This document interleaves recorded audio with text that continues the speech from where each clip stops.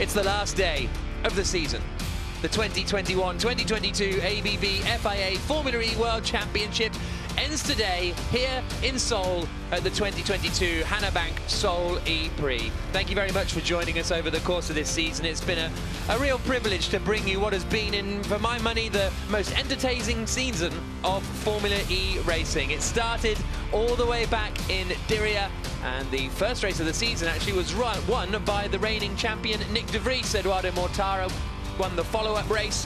Double win for Mitch Evans in Rome. That's what he needs to do if he wants to wrap up the title here, because it is Stoffel Vandoorne who got that one win in round 6 in Monaco, who is currently leading the championship coming into this final day. Mitch Evans won yesterday, and now we are here for the final day in Seoul. And it's all about the championship fight. Eduardo Mortara eliminated from the fight yesterday after finishing behind Stoffel Vandoorne in what was ending up quite a scrappy race. So it's Mitch Evans, who won yesterday, needs to do the same again today if he has any chance of stopping Stoffel Vandoorne from becoming the Season 8 champion. Vandoorne had a reasonable run yesterday. Lost his advantage at the top of the championship, but is still there at the top of the standings with just one race to go. 21 points is the gap. That's Vandoorne's advantage over Evans. The long and short of it is, Evans needs to win with Vandoorne not scoring any points. There's slightly more complicated parts of that depending on who gets pole positions and fastest laps, but broadly speaking, that's the only way Evans can win the championship today. Andre Lotterer slipped to 12th in the standings yesterday. Sam Bird down to 13th. He's not racing this weekend. And Norman Nato in 22nd in the championship because yesterday he finished 13th, which was better than Antonio Giovinazzi has managed all season. And Giovinazzi won't be racing today either. We'll get onto that in a few moments' time. Mercedes EQ are at the top of the team's championship, but only 31 points ahead of Venturi. So that's going to be a tight fight, but Mercedes EQ do look like they're in a strong position. My name is Jack Nichols. Alongside me in commentary is the IndyCar legend Dario Franchitti, and here is the circuit. Dario, enjoyed it yesterday? Yeah, great circuit, Jack. The question is, will it be wet or dry? Dry right now, what will happen for the race? You see turn 1 gets narrow already on the braking zone. 90 right, turns 2 and 3 taken as one corner. Right and 4. Turn 5, 6 chicane, new surface through the stadium section of just basically one long right-hand corner. You see attack mode there. It's tight left out of the stadium, back onto the city streets. The circuit gets wider, bumpier, faster. Right-hander, turn 19. This is where turn 20 at the end of the long straight. Lots of action, big accident, multi-car accident there yesterday. Main overtaking chance into turn 22. Over the finish line. That is a lap of the 2.6 kilometer, 22 turn Seoul circuit. So we will have 30 minutes of practice this morning. There you can see the Olympic Stadium. Track temperature at 30 degrees, air temperature at 28 degrees. A little bit hotter than yesterday is the theory today. When the rain will come is up for debate, but it seems like we'll get a dry qualifying and then perhaps a little bit more rain come race time, but there's just no real way of knowing. And of course, this is the 100th Formula E race as well, and Stoffel Vandoorne will want to take the victory and to win the championship in style, but he'll take the championship however it comes, I guess. No, absolutely right. I think we saw yesterday, he's not sort of backing into the championship. He's absolutely still attacking, and I think he will today. He doesn't have to win the race, I don't think, but he's very calculating, and that's what I think we saw from him yesterday. Mitch Evans put the maximum pressure on him, though, with that just phenomenal drive to win yesterday's race. So, pit lane about to open, and I'm so interested to see what Evans does today, because he really struggled in practice yesterday. Qualifying in the wet, did a good job, and then suddenly in the race was invincible, and so how much of those learnings yesterday, there is Evans, will carry through to the session today. Yeah, we felt that he maybe had a wet setup on because he took off at the start of the race, past just went past Lucas de Grassi into the lead. We're like, wow, he must have a wet setup on. Then we thought the red flag that happened, that's going to really hurt him because the track is drying out. Absolutely not. He controlled the race from the front to absolute perfection. I think there's been a lot of work done back at the bases of the various teams last night. Setups will have changed a little bit. The track, again, it's what's going to happen. I'm sure every driver in the field, I know, this morning, the first thing I did, open the curtains, what's the weather? Is it raining? Is it dry? And all these drivers will have done that. Stoffel van Dorn would have looked at it and thought, I saw the dry conditions, like, yes, okay. Whereas I think Mitch Evans might have done the opposite. He's hoping for rain today because I think it puts more unknowns in, and there's a more of a chance that Stoffel van Dorn doesn't score any points. Oh, big lock-up from Nick de Vries into turn 4. That was big. Initially, it was like a little lock-up, and then it became a really big lock-up. That's probably because the wall was coming towards him. Yeah. He pressed that a little bit harder on the brakes. Turn 21, 22 onto the... That's where the accident happened, Jess. It was a bizarre multi-car accident. It looks like the first car, I think about 15th place, approached it a little bit too fast. The other drivers were unsighted because of the spray. They used the cars as reference, the first car in, and then they just all piled in on top of each other. So de Vries out on circuit. And weaving his way around turns 1 and then through the left-handers of 2 and 3. As you say, he was wiped out yesterday in that accident, so no points for him. It could have been a little worse for Mercedes EQ as far as the championship hunt was concerned in the team's championship, but with Eduardo Mortara retiring from the race as well, it meant that kind of alleviated some of the pressure on Mercedes EQ, so they've still got a pretty solid advantage coming into this final day, into the stadium section, and they're making his way out again and down towards turn 16, de Vries. I can't help thinking that Mortara was kind of the architect of his own demise yesterday. Looking at it at first, I thought, oh, Jean-Eric Vergne's just driven into the back of him, punted him off. But if you watch how much Edo moved under braking, Jean-Eric Vergne had nowhere to go. And ultimately, Mortara was given a penalty as well as being out of the race because he had a puncture, but that really hurt the Venturi team's potential to win this team's championship. They're still in the hunt, but that would be a giant killing performance. They are the customer Mercedes EQ team, and they are fighting the factory team all the way to the finish line. Quite impressive. It's been a really, really impressive year for the Rocket Venturi team. De Vries across the line, and he does a 1 minute 26.172 for de Vries. And this is Robin Freitz, who, as ever, is putting in some opposite lock as he comes into turn 22. Freitz finished 8th yesterday, and the sort of point scoring really has fallen away for the Envision team over the second half of the season. Well, kind of from Berlin onwards, it sort of went downhill for Freitz and Envision. But and in qualifying yesterday, he was 16th, Cassidy 19th, as he moves out of the way coming into the chicane. Setting cameras at the top of the times on a 23.5. Fastest lap we saw yesterday in free practice 2 when everybody was running at full 250 kilowatts power was a 1 minute 21.2, but right now everybody running down at 220 kilowatts of power, which is what they'll race at, and what they'll do in the group stages of qualifying later this morning. Van Dorn pops into 3rd place. The Verline had a strong race yesterday, didn't he? Yeah, because he had a bad start, Verline.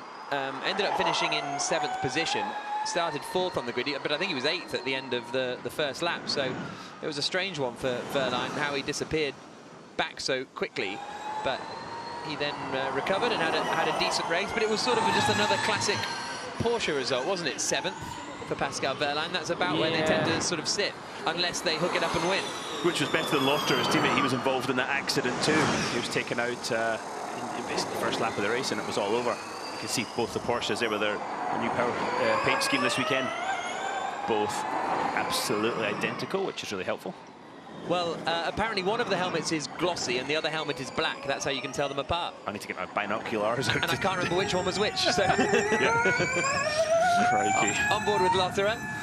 His helmet looks quite matte, so we'll go with Lotterer as the matte. Obviously, there's the numbers on the front as well. but it's a very cool livery, nevertheless. Yeah.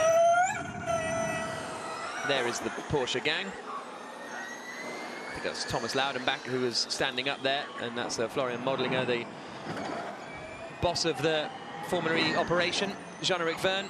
Evans in the pits. He's done an install lap, but he's the only driver in the pit lane at the moment, Mitch Evans, and hasn't set a lap time. So we'll see whether that's anything notable for Mitch Evans. Here comes Jean-Eric Verne through the chicane. Yeah, so Diaz-Techeetah had a bit of nothing yesterday. Yeah, you know, Verne obviously got involved in that accident. Da Costa had part of another car embedded in the nose of his Diaz-Techeetah at one point as well. So it was, yeah, I mean, a ninth for Da Costa, 6 for Verne. All right, but just not the heights that we've really seen. I have to say again, I thought Evans just controlled the race so well. It was really impressive. Just looking at the bottom of the timing screen, 19th, Fenestras in the Dragon Penske car today. Antonio Giovinazzi, did he say tendinitis? Yes. Basically, I think he's hurt, he damaged his wrist. Sort of doing a bit more research on that. And we had this problem in London as well, and the drivers complaining about damaging their wrists and what they cannot move the steering wheel because of the halo. And with some of the taller drivers, it means they're in an awkward position with the steering, and when it kicks back off the curb, it can cause some damage to the wrist. So we saw that yesterday with Giovinazzi's Fenestras in there today. Bit of a baptism of fire. Bit of a tyre change going on with Mitch Evans and the Jaguar. They just wanted to check the brakes, the engineers did, on Evans' car, so that's why he's returned to the pit lane now.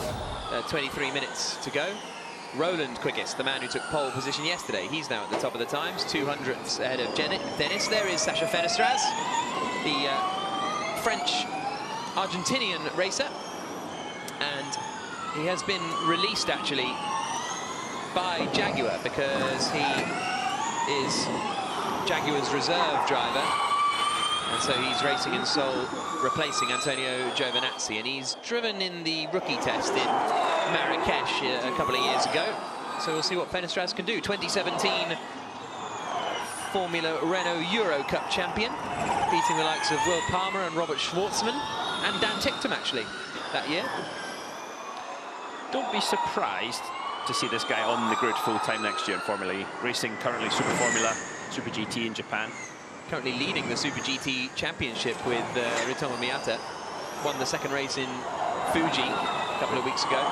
We've got a yellow in turn 1. Somebody's probably headed down the escape rope. We saw a couple of people do that yesterday, including in the race.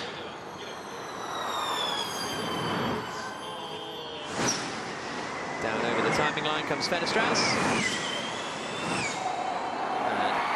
Locks up. Coming into the right-hander of turn 22 and out across the line. And Fenestras remains in 19th place. Nato goes up into 15th position in the Jaguar. Here's a look at Robin Frijns. He was complaining about rear locking on the radio earlier on. And now he's got some front locking. Yeah, they fixed the rear locking then.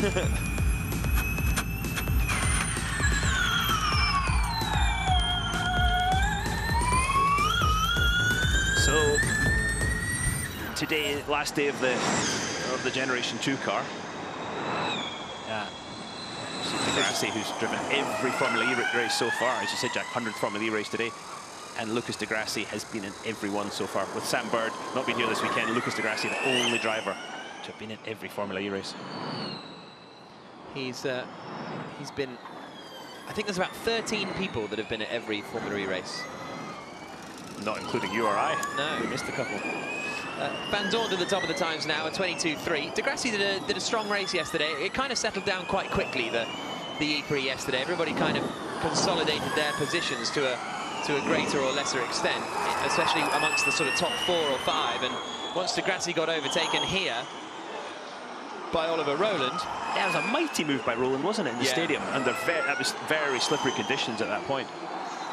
And once that happened, Di Grassi was kind of settled for third position for the rest of the race. He's up to 5th in the championship, Di Grassi, with a win and a third, and then he's really catapulted up the order because he had a second in New York as well. So after a difficult start of the year, it's really come back towards Di Grassi in the latter half of the season. Yeah, absolutely, and his qualifying performance too has really improved. I spoke to him this morning. He said, you know, I really feel at one with the car. I'm understanding the car so well, which is good and bad. Good because obviously his form right now is quite exceptional. Bad because he's moving from the Venturi team to the Mahindra team for next season for the new Generation 3 car, having just got to grips with this. Well, so is it the best time to move teams when there's a new car? Yeah, absolutely. Yes, I think it is. It's for both parties. You know, he will definitely help the Mahindra team push everything on with that new powertrain, the new car, just learning, developing that new the new car, and yeah, it's all that knowledge you've got. You're not throwing it away because everything is completely new. So good timing, I think, for that. 19 minutes to go. Roland, the pole sitter from yesterday, returning to the pit lane. De Vries comes up into 5th place for the Mercedes EQ. And Roland is going to be Lucas Di Grassi's teammate next year. And during qualifying yesterday, when Roland got pole, pipping Di Grassi in the final, basically said, well, that's the first, I think he said, first arse kicking that Lucas is going to receive from me. So that shows the mentality of racing drivers. Yeah. Certainly the mentality of Oliver Roland, but I think he's quite. I think I mentioned this yesterday, but he's excited to have Di Grassi in to try and, you know, push the team forward and to be quite punchy. Here is Jean-Eric Verne, who had that 6th place finish yesterday after some scraps in the middle of the top 10. 18 minutes to go. Setting cameras, done a reasonable first sector. Nasso goes up into 15th place again. Evans in 17th currently, 23.7, 1.3 seconds off the pace, but he's just done a cool-down lap, I think, Mitch Evans, so he'll maybe pushing next time around. Dennis returns to the pits after he goes 3rd quickest, so British drivers 2nd and 3rd with the Belgian at the top. Cassidy, the New Zealander, slots into 6th position. The two Brazilians, Di Grassi and Sete Camara, together at the moment. That'll be turn 18 then. That's where Oliver Roland had a moment yesterday. Went from rack stop to rack stop in this straight line, kept the thing out of the wall, and I think he was as surprised as we were that the car got through that corner. You know, we said it was kind of a meh day for De Estachita yesterday. Yeah, but they're still right there with Venturi in the team's championship, and they could, good day today for them, and they could move up to 2nd, which is that'd be quite something. Yeah, the championship is gone for them, but they are what, 16 points back from Venturi, so they get a good points haul. Could be moving up there. Both Neos retired from the race yesterday in that first lap accident. Both Turvey and Tictum involved, and Oliver Askew was involved as well, and he's back in the pits getting a tyre change. I think we saw yesterday yet again the benefit of the halo. You see the halo around the drivers, it's that kind of horseshoe shaped thing above the driver, and in all types of racing it's really saved a lot of drivers from injury and worse. And yesterday again we saw Nick De Vries basically slide right underneath Sebastian Buemi's car, and he had to sit there for about half an hour, but he was no worse for wear afterwards. Berline lock-up into 22. Evans had a lock-up there yesterday during the race, and he said it's because he got sort of distracted, didn't really know where Antonio Giovinazzi was going, and that's what put him off. Berline goes to the top of the times. Here's a look at his lock-up. When it's the outside wheel as well, that makes it very difficult to turn into the corner. Yeah, we gave Mitch a bit of a hard time. We said, oh yeah, almost perfect race yesterday, Mitch. Yeah, almost perfect. What happened? 22. I mean, that could have been very costly for him, but yeah, just a fantastic race. 3 sets of tires for the 2 races for this weekend for each car. Evans currently 19th fastest and in the pits, as we just saw. Dan Tictum in the 33. He is up in 11th place at the moment. He's just on a cool-down lap. We'll get his first sector split as he comes into the stadium. Round the long right-hander, and he's less than a 10th away from Verline, but Roland and Dennis are both improving on this lap, and he's backed off, I think, hasn't he, Tictum? No, I'm not quite sure. Couldn't quite read that. It looked like he was taking it quite steady. I think he is. Yeah. He's certainly not pushing to the absolute limit. Jake Dennis is, though. Yep, 3/10 up after the first 2 sectors. Into turn 22, out across the line, and Dennis goes to the top. A 1 minute 21.905. Just a pretty satisfactory day, I think, yesterday for Dennis and for Roger Griffiths. Dennis qualified in 5th place and then finished in 4th position. We didn't really talk about it much, did we, yesterday? Just no. Him and Lucas de Grassi just quietly went around the business and got a whole haul of points. Lotterer was also out in that first crash. He's at full power now. Coming through turn 18. Down into 19. Last race with Porsche for Andre Lotterer in Formula E anyway. And he's a 1/10 of a second down after the middle sector. Yeah, I think we might see him come back next year in Formula E, but he's going to be running full-time in the World Endurance Championship in Porsche's LMDH program there. The statistic with Lotterer, it just boggles the mind, is he hasn't won a Formula E race. And he goes quickest at the moment, 1:21.8. But how is that even possible? Good final sector for Andre Lotterer. He's been on the podium on 8 occasions. Oliver Askew slots into 3rd place in the Avalanche Andretti. The other Andretti of Dennis just moving out of the way. He's turned it up to full power. And quite a lot of them are going for full power now with 13 minutes left on the clock. Here is Verline with another lockup on the outside left. That was exactly the same as before. And I would say there's maybe an issue with that left front brake disc that it keeps grabbing because it keeps locking that the loaded tyre, because he's starting to turn in as it locks. So you've got more pressure on or more force on that tyre pushing it down. So it shouldn't, if anything's going to lock, it should be the inside tyre that's unloaded. So maybe there's a wee issue with the carbon brake disc, so they have to maybe replace that. Less than a 1/10 of a second separating the top 3 at the moment as de Grassi in the Venturi comes into turn 16. First sector for de Grassi is reasonable. He's less than a 1/10 slower than Lotterer. Here he comes up towards turn 19. Askew keeps out the way. Second sector split coming up, and de Grassi is still just under a 1/10 away from Andre Lotterer, but Dennis is improving, as are Vernon da Costa in the DS de Cheetahs.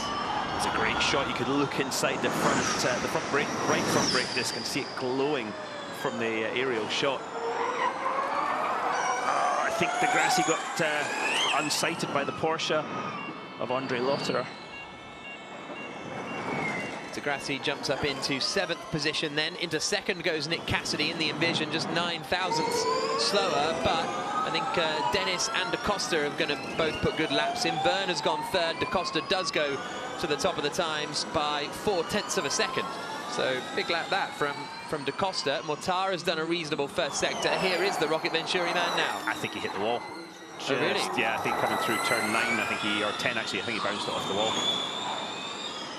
Not a big impact. It was interesting looking, I think it was Oliver Owen's car yesterday on the podium, and he curbed the wheel.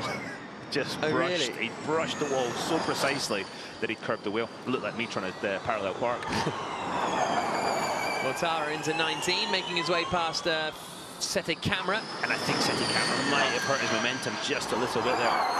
100th up after the middle sector, Mortara. Van Dorn's done a reasonable sector 1. Evans, he's in the pits again. He's done a similar amount of laps to everyone else. Yellow and 13, Jack. Sorry, and that's not the kind of place. Unless the car's stopped, there's no runoff there. Okay, so that's just at the end of the stadium section. So we'll keep an eye on that one. Here comes Van Dorn. But yeah, Evans in the pits again. It feels like he spent a lot of time in the pits today, Mitch Evans. Yeah. He's done 9 laps, but he's just left the pit lane now, so he's back on his way again. And he was not happy yesterday, was he, in the drive with the balance of the Jag, the grip, everything. And then it all came together, even as the track dried out in the race. All those niggles that he was not happy with seemed to go away. Attention all teams, this is race control. Full course yellow in 5, 4, 3, 2, 1. Full course yellow. I think full course yellow. Askew's just stopped. I don't see any damage on the car. No, and it's an odd place to have had a wall hit and then pulled up there. Yeah. Like it could have happened earlier in the stadium, but it looks as though it's just a bit of a breakdown for Oliver Askew. Other option there is 13 really tightens up, and We're about to... yeah, he's just stopped. Let's just pull it over. Yeah, 13 actually really tightens up as you come through. So I thought maybe he got a bit excited on the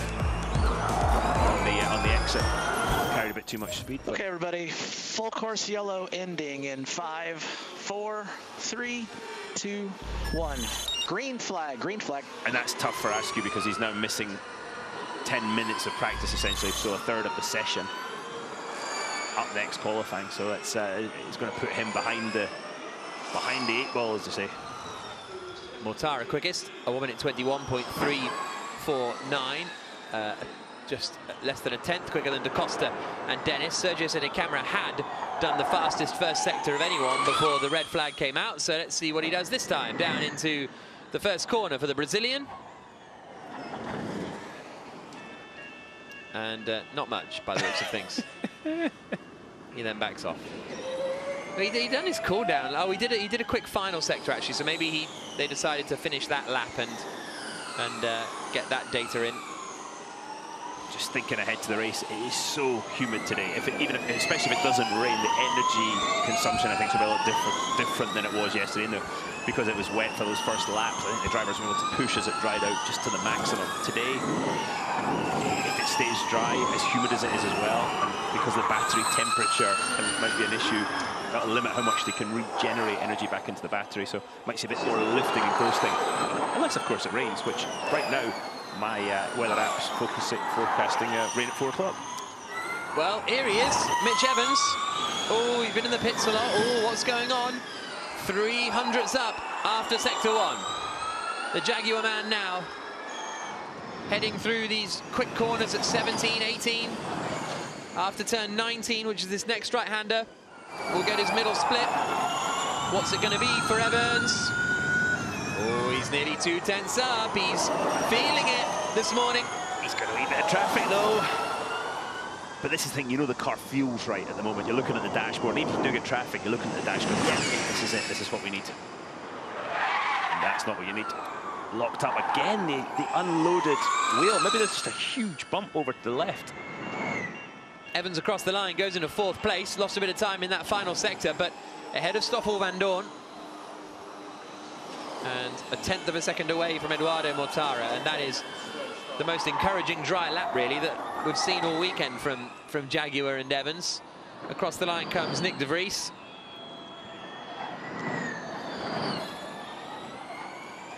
Evans saying he's still struggling with the brakes, as we saw. Cassidy returning to the pit lane. Verne into turn 22. Turvey, 20th place at the moment for the man from Penrith. This should push him up the order quite nicely. He's done personal best in the first 2 sectors. Could be up into the top 10 here, Turvey. 8th for the Neo driver. He's another one. Where does he end up next year? Does he stay at Neo? Where does he go? The driver market, there's all kinds of rumours and stuff which we can't really talk about. But the driver market in Formula E is absolutely on fire right now. Yeah, it's unbelievable. The amount of drivers that are actually staying with the current teams are with is minimal, I would say. Yeah, I think if you look at the,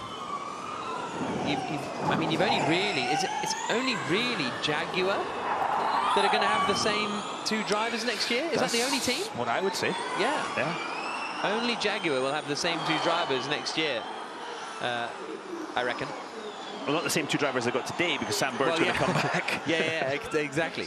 So, yeah, so if this is your first Formula E race, it'll all be different at the start of next season. January, Mexico City, the opening race. Here's Fenestraz at full power. 8 tenths off through the first sector. And a bit of oversteer there. This is a baptism of fire for Fenestraz, and you know, if he can get anywhere close to the top 10 today, that would be a massive achievement. Would it have been How much easier would it have been to have come in yesterday? Or would it have just been the same? It would have been the same, but he would have had yesterday to learn for today. You know, it's just, oh, he's in the wall. Yeah, just clipped the curb, and when you saw it, it just pushed him wide. 3.8 seconds away in the end. It didn't sound like it was too damaging a hit. Jay Penske there at the Dragon team.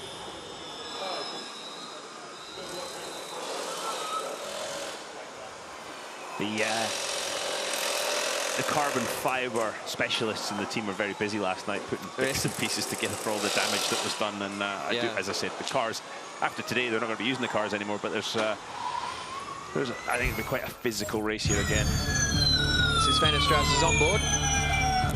Too much curb, you see, he just snaps to oversteer, overcorrects, and catches the wall.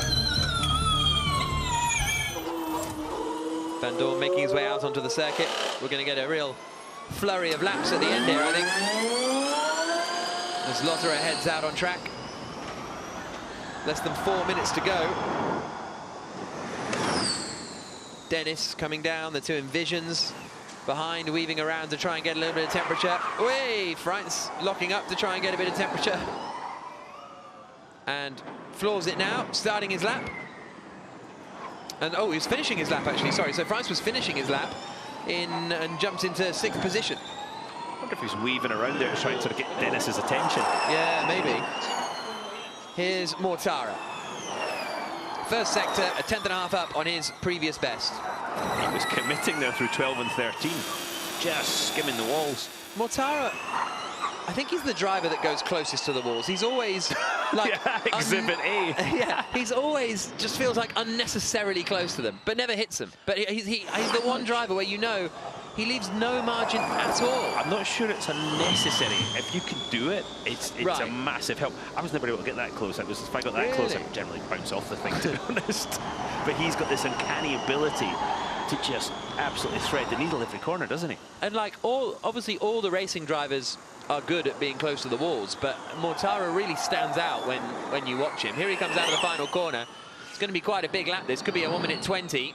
It's not. It's a 1 minute 21.019, but it's 4 tenths quicker than anyone else has managed so far. Here's a look at Mortara. Oh, lovely. He is worth the price of admission, isn't he? Massively entertaining. Watch for the snap of oversteer. Whoa. That could have done the rear. You know, I drove the Gen 2 car yesterday, and those flip-ups over the front wheels, those covers, they really restrict your vision as well on how close you can get to the wall. So the experience these guys have had over 4 seasons, it really helped them to understand the limits of the car. Pascal Wehrlein, no lockups this time into turn 22. And the Porsche driver remains in 11th place, lost a lot of time in the first sector, so maybe an error there. Here's Mitch Evans, 3 tenths down after the first 2 sectors. Let's see what his brakes are like into turn 22 this time. This is where he's had the issue all morning. Nope, not great. Again, locked that left front. This is when they had to find out, is there a bump setting it off, or is it just purely a brake issue? Evans did a personal best in the final sector there and ended up half a second away from Eduardo Mortara. Van Dorn is improving but not setting the world alight. Andre Lotterer fighting the car through the right-hander. And he is 7 tenths down. He lost a lot of time in the first sector as well. So no one really setting the timing screens alight at the moment. We've got less than a minute to go as Lotterer comes down into 22. It's interesting that Wehrlein and Evans have that same problem in turn 22 with the front brakes. Lotterer remains in 8th place. Here's a look at Robin Frantz in the first sector. Boy, Buemi. I have to say, I have to agree with Frantz on that one. What was Buemi doing? Buemi was having a bit of an argument yesterday with the safety crews. Yeah. About they had to get out of the car so they could lift the car off the top of Pink de Vries's car. Sean Byrne got rush hour there. And they had a bit of an argument with a lot of different people, and eventually the FIA official just came out with the safety car and picked him up and took him away.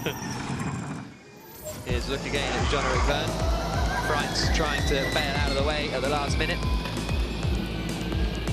Da Costa takes the checkered flag and goes second, so he manages to improve. No one else improving at the end there. Like one improvement in the last 3 or 4 minutes of that session. Bit of an odd one. Absolutely. But, still 15 cars in a second. Yeah, absolutely. And Freins is on a lap, is he? Yeah. His first sector's 1.3 seconds down, though, so... He's on a lap, it's just not a good Yeah, one. exactly. But encouraging enough for Evans.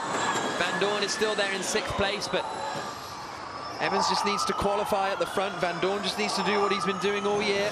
Those are the two that are going for the World Championship title today here in Seoul. Question is who can put it together. We've got a couple of chances in group qualifying coming up very soon.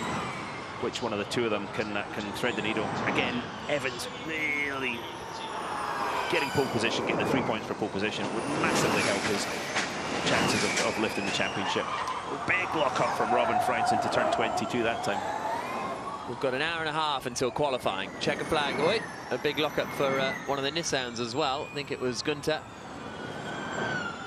But Mortara is going to end the session quickest, and I'm sure he was quickest yesterday, Eduardo Mortara. But Van Dorn climbs out of the car. Heads off up the pit lane to be weighed by the FIA. After every session you get weighed.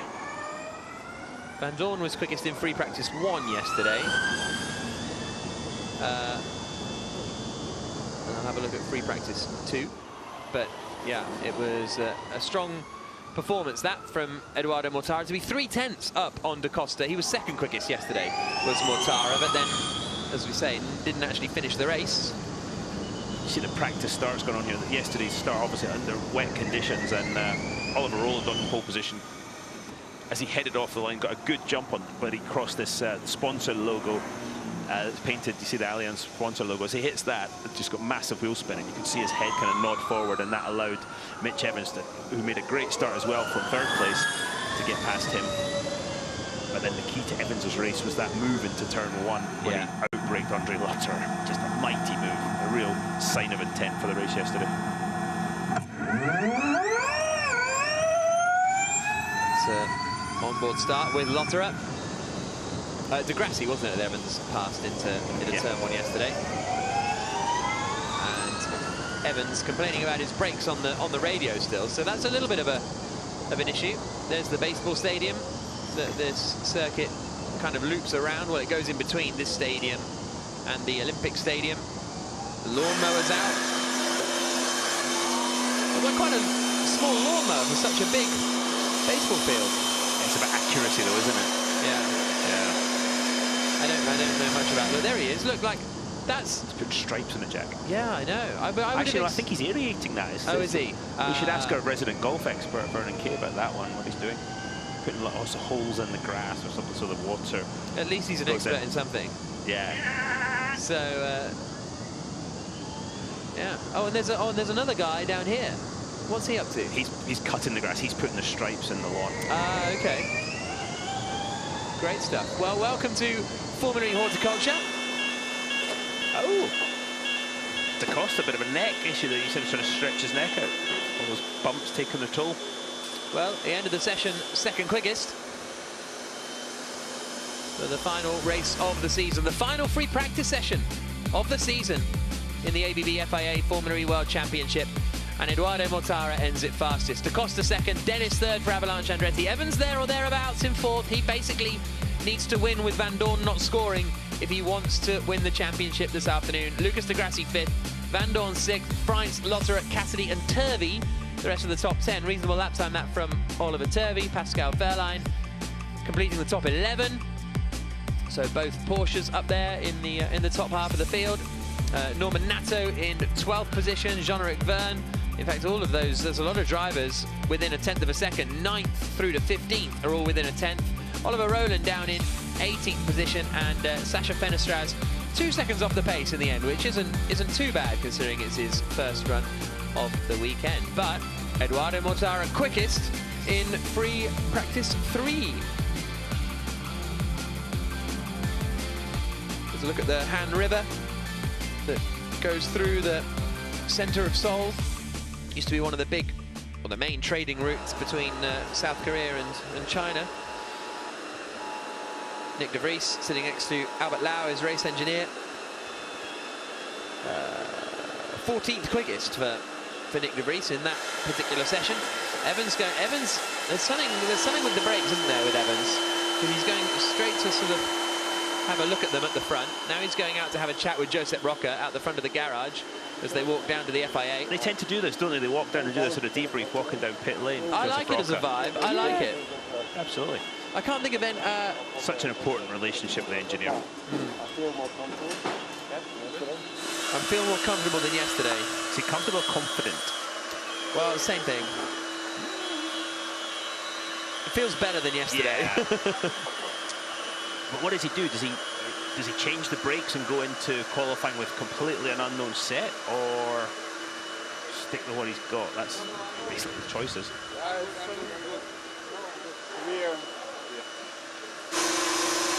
Jake Dennis back in the pit lane as he hauls himself out of the Andretti. Third quickest for Dennis.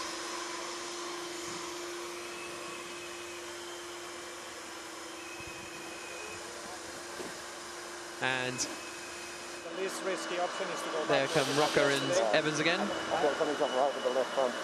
Something's not right on the fronts. So yeah, lots of... Sometimes you still, towards the end of the run, would it still behaving that grabby one side or the other? Okay.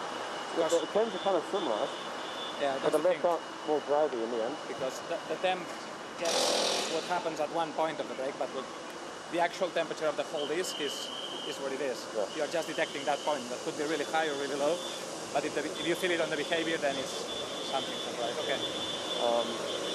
So there's a high point of the disc and it's grabbing every time. Right. That's causing the lockup. That's how you can get involved in Fan Boost. FIAFormulary.com/Fan Boost, or scan the QR code. The final practice session of the year got underway with Mitch Evans looking to win the championship. He needs to win with Stoffel van Dorn failing to score fundamentally.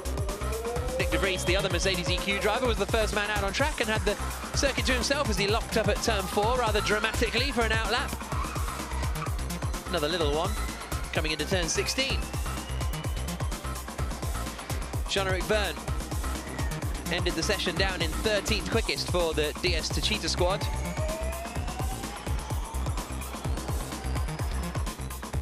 Stoffel van Dorn ended the session 6th fastest after looking reasonable in the early stages. Making his way past Max Günther.